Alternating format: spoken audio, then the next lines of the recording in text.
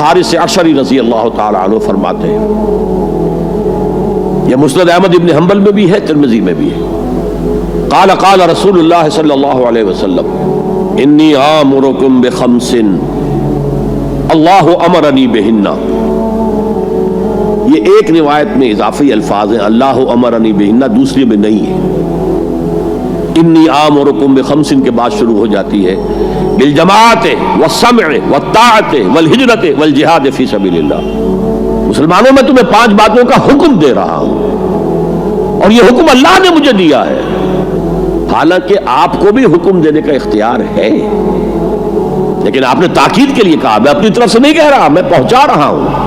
انی آمرکم بخمس اللہ امرنی بہن بالجماعت والسمع والطاعت والہجرت والجہاد فی سبیل اللہ۔ ذرا دیانتداری کے ساتھ ہاتھ اٹھائیں ان مجمع میں سے وہ لوگ جنہوں نے پہلے کبھی یہ حدیث سنی ہے۔ ایک تو ادھر میں نے ہاتھ دیکھا ہے، اس کا چرچا ہی نہیں ہمارے ہاں۔ کیوں؟ یہ اس لیول سے متعلق ہے جس لیول پہ ہم سوچتے ہی نہیں۔ اقامت دین کی جدوجہد، نظام کو بدلنے کی جدوجہد، یہ ہمارے ذہن سے خارج، ہمارے تصور دین سے خارج۔ دیکھیے وہ جو ہے بنی الاسلام علی خمس، اس میں امر نہیں ہے، یہ خبر ہے صرف۔ اسلام کی بنیاد 5 چیزوں پر قائم ہے، شہادت اللہ الہ الا اللہ وان محمد رسول اللہ، واقام الصلاۃ وایتاء الزکوٰۃ وصوم رمضان وحج البیت من استطاع الیہ سبیلا۔ یہ حدیث کس کو نہیں معلوم؟ متن یاد نہ ہو یہ بات دوسری ہے، کس کو نہیں معلوم 5 ارکان اسلام حضور نے بتائے ہیں؟ حالانکہ وہاں یہ ہے میں تمہیں حکم دے رہا ہوں، اور چرچا ہی نہیں ہے ہمارے یہاں۔ جس گاؤں جانا نہیں اس کا راستہ کیا پوچھنا، جو کام ہم نے کرنا ہی نہیں، اس کے جو لوازم ہیں ان کے تذکرے کی کیا ضرورت ہے؟ یہ ہے ہمارا اس وقت کا عام مسلمانوں کا تصور۔ زیادہ سے زیادہ یہ کہ دین کو پھیلاؤ، پہنچاؤ، کتابوں سے، رسالوں سے، ویڈیو سے، آڈیو سے، مواعظ سے، درس قرآن سے، ترجمہ قرآن سے، یا تو یہ کہ اپنی ذاتی نیکی کا تصور ہے، اور یا پھر اس سے اوپر صرف یہ دعوت و تبلیغ۔ اس سے اوپر کی تیسری منزل جسے اقامت دین کہا جائے، جو خصوصی الفاظ حضور کے لیے 3 مرتبہ قرآن میں آئے، هو الذی ارسل رسولہ بالہدی ودین الحق لیظہرہ علی الدین کلہ۔ کسی اور نبی کے لیے 1 دفعہ بھی نہیں آئے، حضور کے لیے 3 دفعہ آئے، سورہ توبہ، سورہ فتح، سورہ صف۔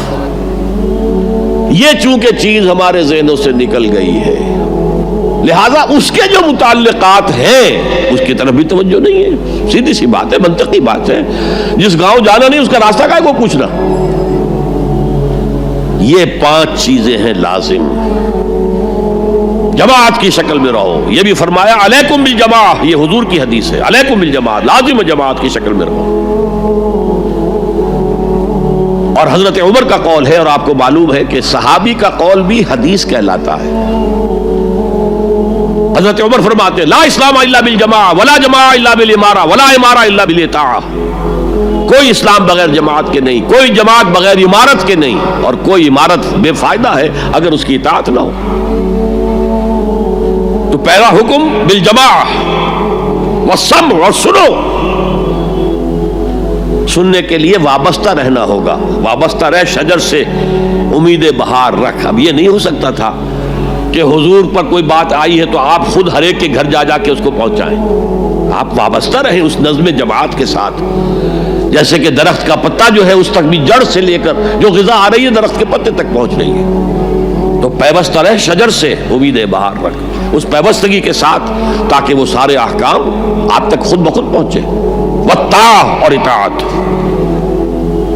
3 چیزیں ہو گئی، بالجماعت والسمع والطاعت والہجرت والجہاد فی سبیل اللہ۔ اور میں اس کی حقیقت پہلے بھی بیان کر چکا ہوں۔ ہجرت، اس کی بنیاد کیا ہے؟ حضور سے پوچھا گیا ای الہجرت افضل یا رسول اللہ، اے اللہ کے رسول سب سے اعلیٰ اور سب سے افضل ہجرت کون سی ہے؟ فرمایا ان تہجر ما کرہ ربک، ہر اس چیز کو چھوڑ دو جو تمہارے رب کو پسند نہیں ہے۔ آج اپنے گریبان میں جھانکیے، جو چیز زندگی میں غلط ہے شریعت کی روح سے طے کیجئے کہ اب نہیں ہوگی، اب ختم کر دوں گا، ہجرت شروع ہو گئی آپ کی۔ ان تہجر ما کرہ ربک، ہر اس چیز کو ترک کر دو، چھوڑ دو جو تمہارے رب کو پسند نہیں ہے۔ اور آخری ہجرت تو آئے گی وہ اقامت دین کے آخری مرحلے میں، جب اقدام ہوگا، جب نظام کو چیلنج کیا جائے گا، پھر جو ہجرت ہوگی وہ فرض ہجرت ہوتی ہے۔ مدینے کی ہجرت فرض تھی، ہجرت حبشہ فرض نہیں تھی۔ وہ تو جن لوگوں کی ہمت جواب دے رہی تھی اور جو پرسیکیوشن ہو رہی تھی اور جو تشدد ہو رہا تھا اس کو برداشت نہیں کر پا رہے تھے، انہیں اجازت دے دی گئی کہ ٹھیک ہے چلے جاؤ، حبشہ کی طرف ہجرت کر جاؤ۔ مدینے کی ہجرت فرض تھی، اگر کوئی ہجرت نہیں کر رہا، ما لکم من ولایتہم من شیء حتی یہاجروا، تو اے مسلمانوں تمہارا ان سے کوئی تعلق نہیں ہے جب تک کہ وہ ہجرت نہ کرے۔ بلکہ سورہ نساء میں اس کو بھی ایک طرح کا نفاق قرار دیا گیا۔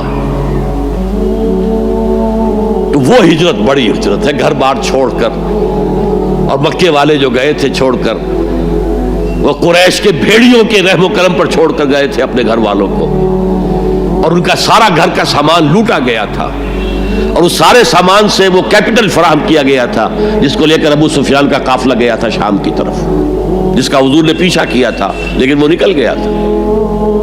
جب وہ واپس آ رہا تھا تب حضور نے پھر اس کو کنفرنٹ کرنے کے لیے مدینے سے باہر نکل کر پروگرام بنایا، لیکن وہ اللہ کو کچھ اور منظور تھا، ادھر سے لشکر آ گیا اور جنگ ہو گئی، جنگ بدر ہو گئی۔ تو ہجرت کیا ہے؟ شروع سے ہجرت کیا ہے؟